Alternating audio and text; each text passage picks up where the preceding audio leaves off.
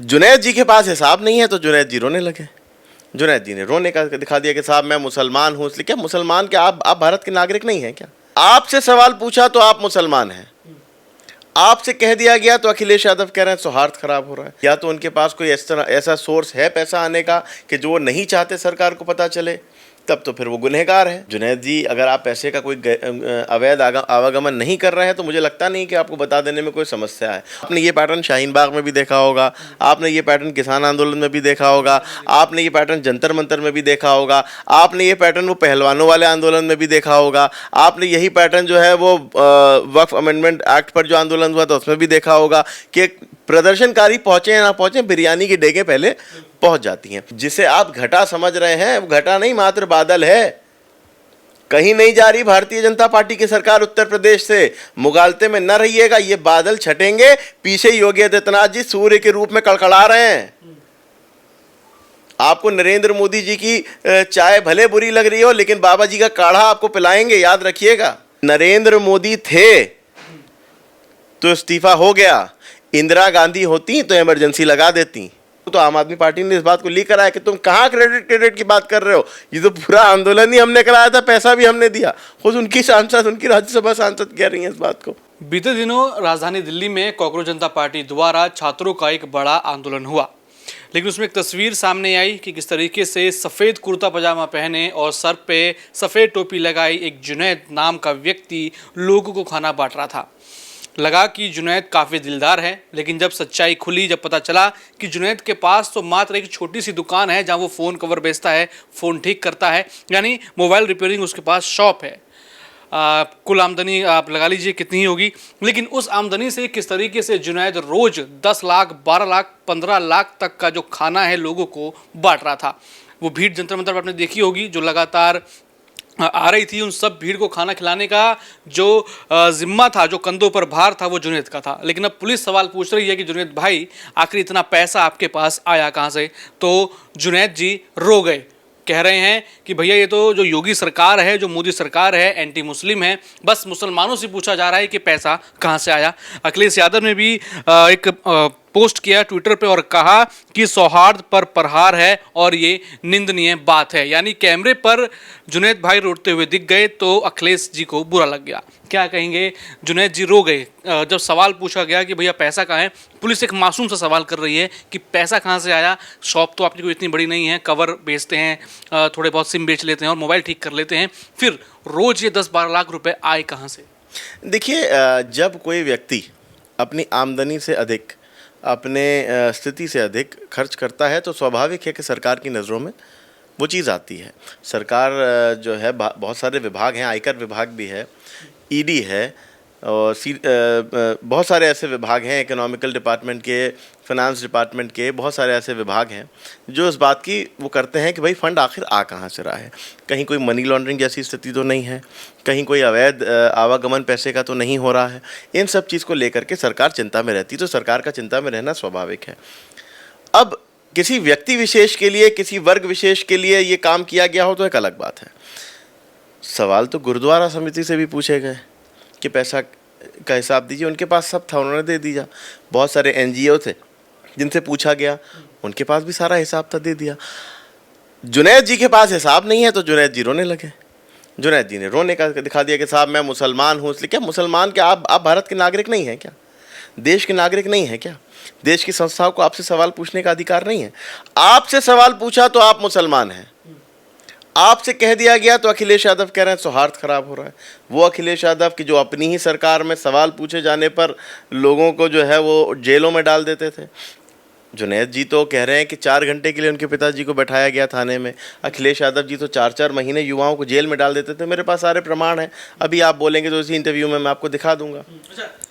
हाँ, आरोप लगा रहे हैं कि उनके परिवार को, उनके पिता को, उनकी बहन के जो ससुर जो हैं, तमाम लोगों को डिटेन किया गया, उनको गिरफ्तार किया गया, प्रताड़ित किया गया, लेकिन पुलिस मना कर रही है, पुलिस खारिज कर रही है। देखिए, कोई किसी को गिरफ्तार, पूछताछ करना पुलिस का अधिकार है। पुलिस, उत्तर प्रदेश की पुलिस, मैं यहाँ पर अकेला बैठा हुआ हूँ, उत्तर प्रदेश की पुलिस को किसी मसले पे, किसी प्रकरण पे पूछताछ करनी है तो उसको आज़ादी है, वो मुझसे पूछताछ कर सकती है। कोई डिटेंशन उनका हुआ हो, कोई किसी को डिटेन किया गया हो, कोई जीडी रजिस्टर में चढ़ा हो, कहीं कोई मुकदमा पंजीकृत हुआ हो, उनको जेल भेजा गया हो या उनको गिरफ्तार किया गया हो, ऐसी कोई बात नहीं थी। ये बात था कि इनके दिल में जो है कहीं ना कहीं एक ये चोर था। और सच बात भी ये है कि भाई देखिए, ऐसा है कि एक छोटी सी दुकान चलाने वाला व्यक्ति अपने घर परिवार का पालन पोषण किस तरह से करता है, या तो उनके पास कोई ऐसा सोर्स है पैसा आने का कि जो वो नहीं चाहते सरकार को पता चले, तब तो फिर वो गुनहगार है, फिर तो जो है ये दाढ़ी में तिनके वाली स्थिति है। दूसरी बात ये कि बहुत सारे कॉन्सेप्ट अलग अलग होते हैं। मुसलमानों के लिए जो है वो आना और ये कह देना कि साहब वो मुसलमान है इसलिए उनको कहा जा रहा है, तो फिर अगर आप इस तरह से बात करिएगा तो फिर बात बहुत दूर तक आगे निकल जाएगी। क्योंकि जिस मुसलमान के तबके से आप आते हैं, फ़िरके से आते हैं, वो तो ख़ुद ही इस बात को कहता है कि लंगर कराना और नियाज़ कराना और सबील लगाना और जो है वो लोगों को खाना खिलाना ये बिदअत में आता है। अगर हम मुहर्रम में किसी को खाना खिलाने का काम कर रहे हैं तो उसको ये कह देते हैं बिदअत। बिदअत यानी कि हराम, मतलब मना है। तो फिर ये डबल स्टैंडर्ड लेकर के चलिएगा तो काम नहीं चलेगा। आपसे सरकार क्या पूछ रही है? यही ना पूछ रही है कि आपके पास पैसा कहाँ से आया, आप बता दो पैसा कहाँ से आया, ख़त्म बात हो गई। कोई ऐसी बात ही नहीं है। अगर आपको लगता है कुछ गलत किया होगा, कोई गलती होगी, कोई दाढ़ी में तिनका होगा, कुछ वो होगा, तो भाई ठीक है, फिर वो एक अलग विषय है। लेकिन कोई गलत नहीं किया आपने, कोई अपराध नहीं किया। और सच बात है, किसी को खाना खिलाना कोई अपराध नहीं है, किसी को खाना खिलाना कोई गुनाह नहीं है। किसी को खाना खिला देना, वहाँ पर जो है किसी की सेवा करना बिल्कुल भी अपराध, बिल्कुल भी गुनाह नहीं, बल्कि अच्छा काम है, सबको इसमें आना चाहिए। लेकिन साथ ही साथ इस बात की भी तो फिक्र होनी चाहिए है ना कि हमारी स्थिति क्या है और हम किस हद तक कर पा रहे हैं।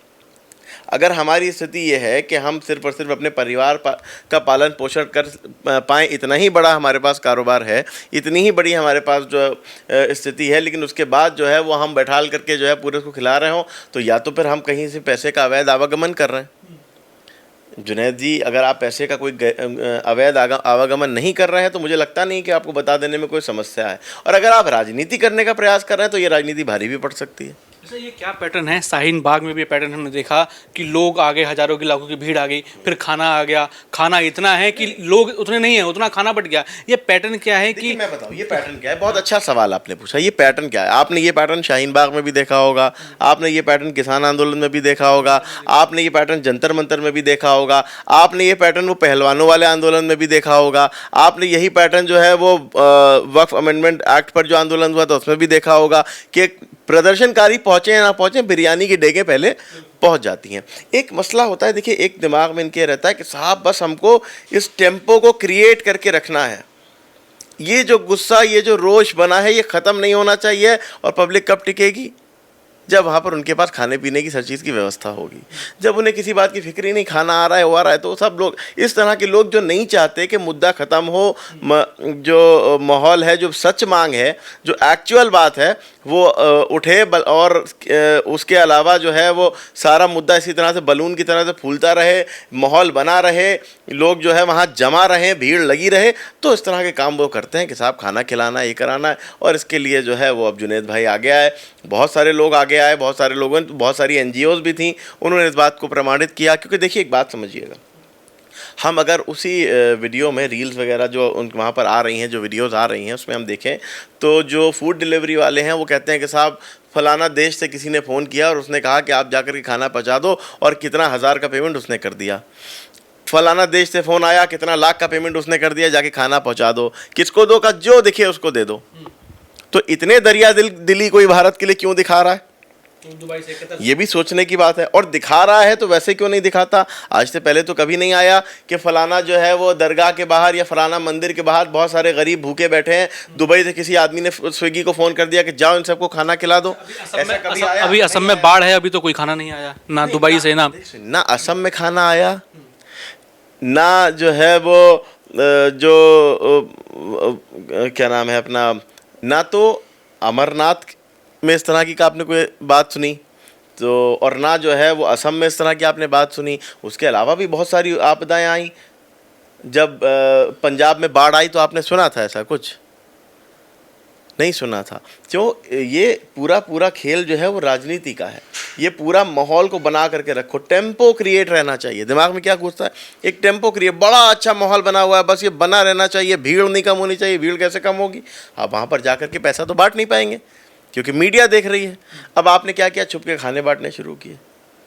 जुनैद भाई जो हैं उन्होंने भी बहुत जगहों पर जो है बहुत हम कहते हैं आपके पास जो भी स्थिति आई, कहीं से आई, किसी ने पैसा दिया, किसी ने जो है वो आपने कहीं से किसी से चंदा किया या कोई आपने जो है वो कंट्रीब्यूशन लिया, वो सारी बातें जो भी हो पुलिस को बता दीजिए, ख़त्म बात हो जाएगी। या जो संस्था पूछ रही है उसको बता दीजिए, आपका दामन साफ रहेगा, आपका कोई वो थोड़ी ना है। भाई ठीक है आपने खाना ही खिलाया, मगर कहाँ से आए पैसा, इस बात की चिंता इसलिए है। अगर आप उसका हिसाब नहीं देंगे तो ये सवालिया निशान यहाँ पर लगेगा कि साहब ऐसा है, सब ने तो दे दिया, आप ही क्यों नहीं दे रहे। बहुत सारी एनजीओ थी, उन्होंने बताया, गुरुद्वारा समिति ने बताया, लोगों ने करा। देखिए कहीं पर अगर भीड़ लगी हुई है, लोग भूखे हैं, प्यासे हैं, हम लोग भी देखते हैं जब कोरोना काल चल रहा था तो जिसके पास जो कुछ था उसने वो उस तरह से मदद करने का प्रयास किया। तो मदद करना अच्छी बात है, मदद करनी चाहिए, लेकिन कम से कम उसका एक ये भी तो होना चाहिए ना कि साहब कहीं ऐसा तो नहीं है कि कोई ऐसी ताकत आपको फंड कर रही हो कि नहीं साहब आपको जो है माहौल क्रिएट करके रखना है, लोगों को खाना बांटो। खाना क्या बांटने का पैसा कहाँ से आ रहा है, इसको बताना मुझे लगता है कोई बहुत बड़ा मसला नहीं है, मुद्दा नहीं, मुद्दा बनाया जा रहा है। इमरान प्रतापगढ़ी जब उससे मिलने के लिए पहुंच जाएंगे तो मुद्दा बनाया जाता है। और दूसरा वो कहाँ गए सीजेपी वाले। तो ये कहा जा रहा है ना कि भैया बीजेपी एंटी मुस्लिम है, योगी एंटी मुस्लिम है, तो मुस्लिम से सवाल पूछोगे। साहब मैं ये पूछना चाहता हूँ, हर आदमी, जब भी बहुत सारे लोग आते हैं आपसे तो अक्सर बात होती रहती है, बीजेपी एंटी मुस्लिम है। साहब बीजेपी कैसे एंटी मुस्लिम है? बीजेपी ने सवाल, या तो यूं कह दिया जाए कि सबसे सवाल पूछो, खाली जुनैद से ना पूछो, तब हम जो है वो प्रो मुस्लिम माने जाएंगे या हम जो है वो सेक्युलर माने जाएंगे। बीजेपी एंटी मुस्लिम है, क्यों एंटी मुस्लिम है साहब? बीजेपी एंटी मुस्लिम इसलिए है कि बीजेपी का फलाना विधायक देखो मुसलमान के कितना खिलाफ बात कर रहा था, बीजेपी का फलाना नेता ने कितना ख़राब बयान दिया, मुसलमानों को बहुत ख़राब लगा। किसी एक व्यक्ति के बयान से यदि बीजेपी एंटी मुस्लिम हो जाती है तो भारत माता को वाले आजम खान के बयान से समाजवादी पार्टी एंटी नेशनल कैसे नहीं हो जाती? फिर पाकिस्तान जिंदाबाद के नारे लगाने पर समाजवादी पार्टी जवाबदेही क्यों नहीं करती? समाजवादी पार्टी के नेता आजम खान भारत माँ को व्यक्तिगत बयान है, उनके नेता मरहूम बर्क साहब जो है वो वंदे मातरम का और उसका संविधान का अपमान करें, वो उनका व्यक्तिगत बयान है, उस पर समाजवादी पार्टी एंटी नेशनल नहीं होती। लेकिन कहीं किसी व्यक्ति ने कुछ एक ऐसी बात कह दी जो मुसलमानों को बुरी लग गई, उसके लिए बीजेपी एंटी मुस्लिम हो गई। भारतीय, सुनिए एक बात बहुत स्पष्ट आपके चैनल पे बताना चाहता हूँ, मुसलमानों के हित में जितना काम भारतीय जनता पार्टी ने किया है, समाजवादी पार्टी ने उसका 10% भी किया होता तो मैं जान जाता। सबसे बड़ा काम मुसलमानों के लिए जो भारतीय जनता पार्टी ने किया है वो ये किया है कि योजनाओं में कोई भेदभाव नहीं किया। समाजवादी पार्टी ने जितनी योजनाएं बनाई, जितनी समाजवादी पार्टी के द्वारा काम करने का प्रयास किया गया, एक तो बहुत किए नहीं, 2 ही 4 किए गए, उन 2 ही 4 में भी वोट बैंक को खुश करने की कोशिश की गई, भेदभाव किया गया। मुसलमान ये नहीं चाहता कि आप सिर्फ मुसलमान के हित की बात करिए, मुसलमान ये चाहता है कि आप मुसलमान को बराबरी से लेकर के चलिए। आप मुसलमान, अगर गुरुद्वारा समिति से सवाल पूछा जाएगा तो जुनैद से भी सवाल पूछा जाएगा, अगर दूसरी एनजीओ से सवाल पूछा जाएगा तो जुनैद से भी सवाल पूछा जाएगा, और वो जवाब देंगे तो जुनैद को भी जवाब देने में कोई समस्या नहीं होनी चाहिए। कोई मुकदमा करके आपको जेल में थोड़ी ना भेजे देते हैं।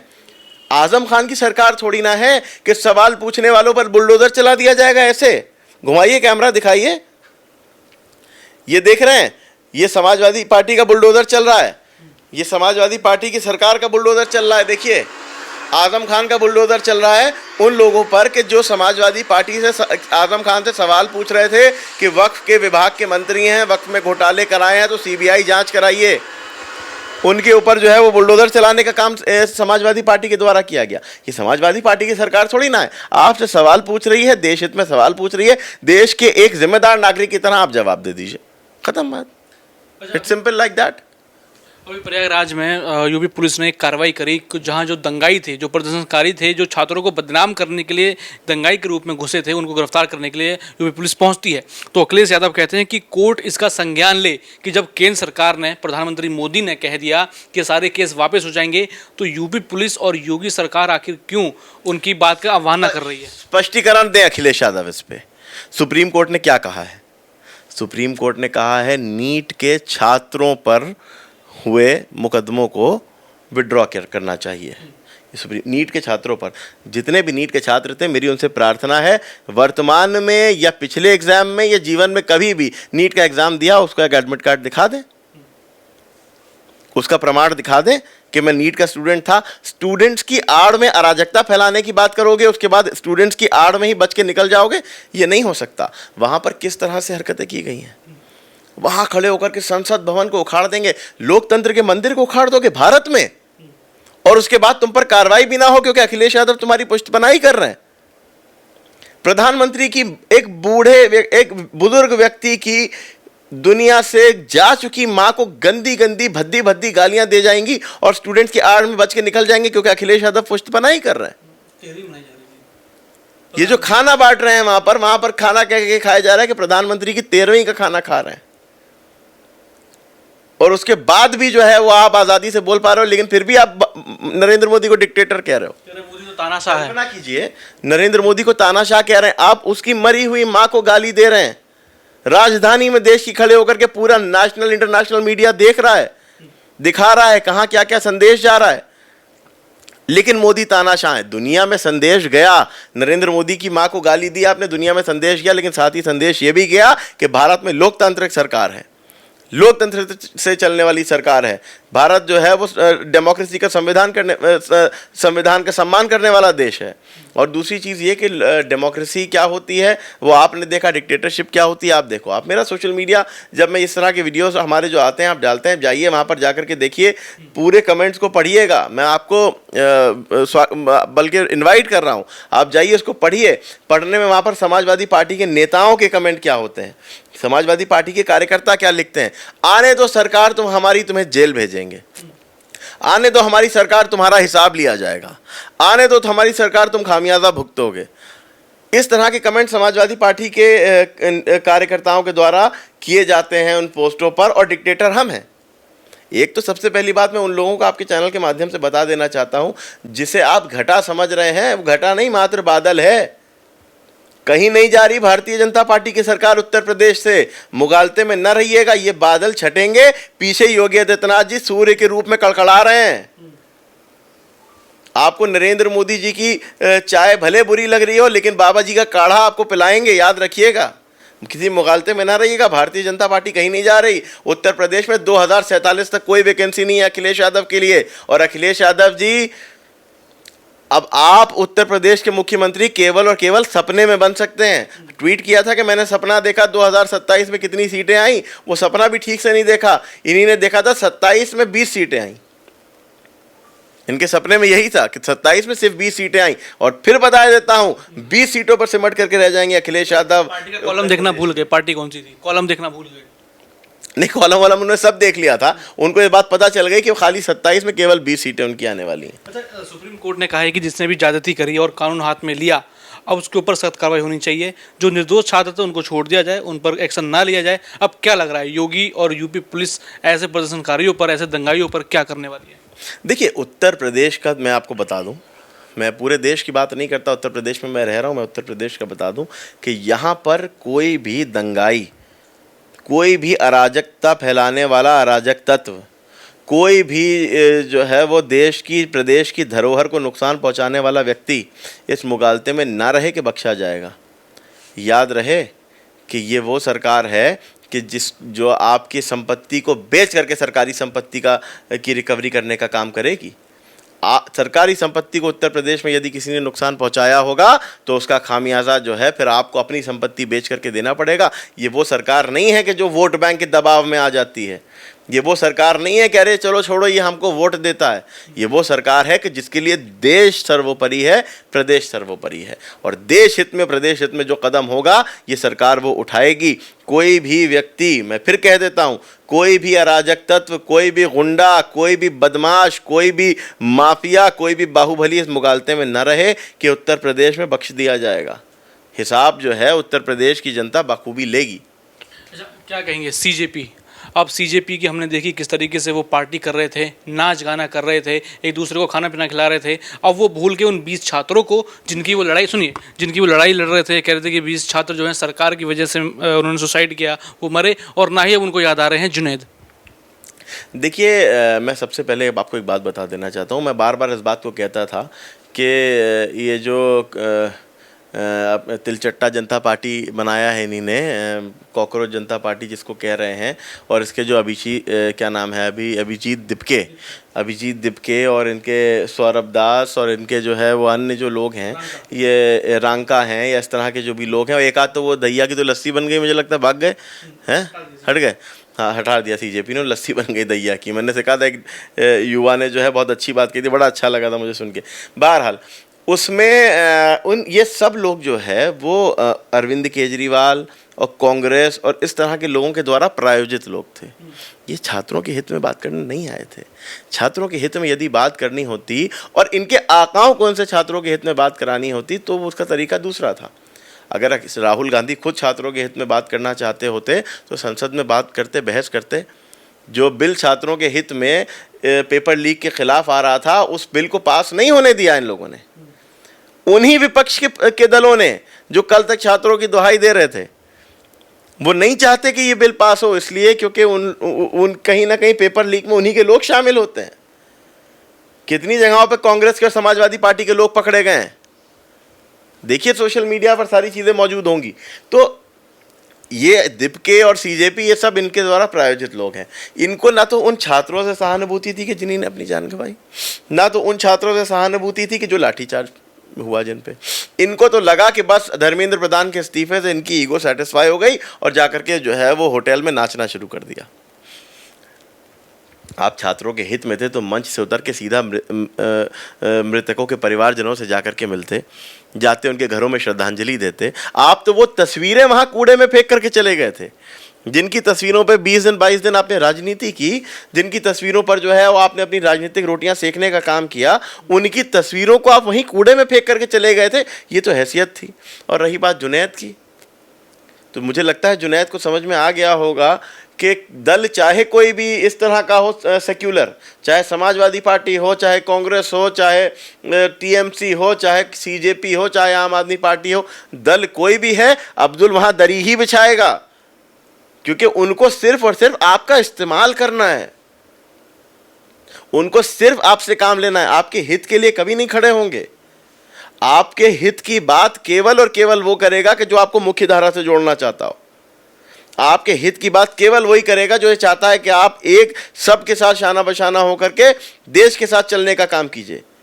आपको वोट बैंक न समझे वो आपका हितैषी है, इस बात को याद रखिएगा। और मुझे लगता है अन्य मुसलमानों को भी जुनैद से सबक लेना की आवश्यकता है। दो सवाल करूंगा। सबसे पहले तो आम आदमी पार्टी के सपोर्ट से राज्यसभा गई सांसद स्वाति मालीवाल, उनका कहना है कि सीजेपी अरविंद केजरीवाल ने बनाई, उसको फंड अरविंद केजरीवाल ने दिया और ये सब कुछ जो प्रोग्राम हुआ है जंतर मंतर पर वो अरविंद केजरीवाल का किया हुआ है। और अखिलेश यादव भी टिप्पणी करते हैं, संसद में आज कहते हैं कि मैंने इमरजेंसी नहीं देखी, लेकिन मैंने 20 जुलाई को तानाशाही इमरजेंसी कैसी थी वो मैंने देख ली। देखिए मैं सबसे पहले ये तानाशाही वाली बात पे बता देना चाहता हूँ। नरेंद्र मोदी थे तो इस्तीफा हो गया, इंदिरा गांधी होती तो इमरजेंसी लगा देती।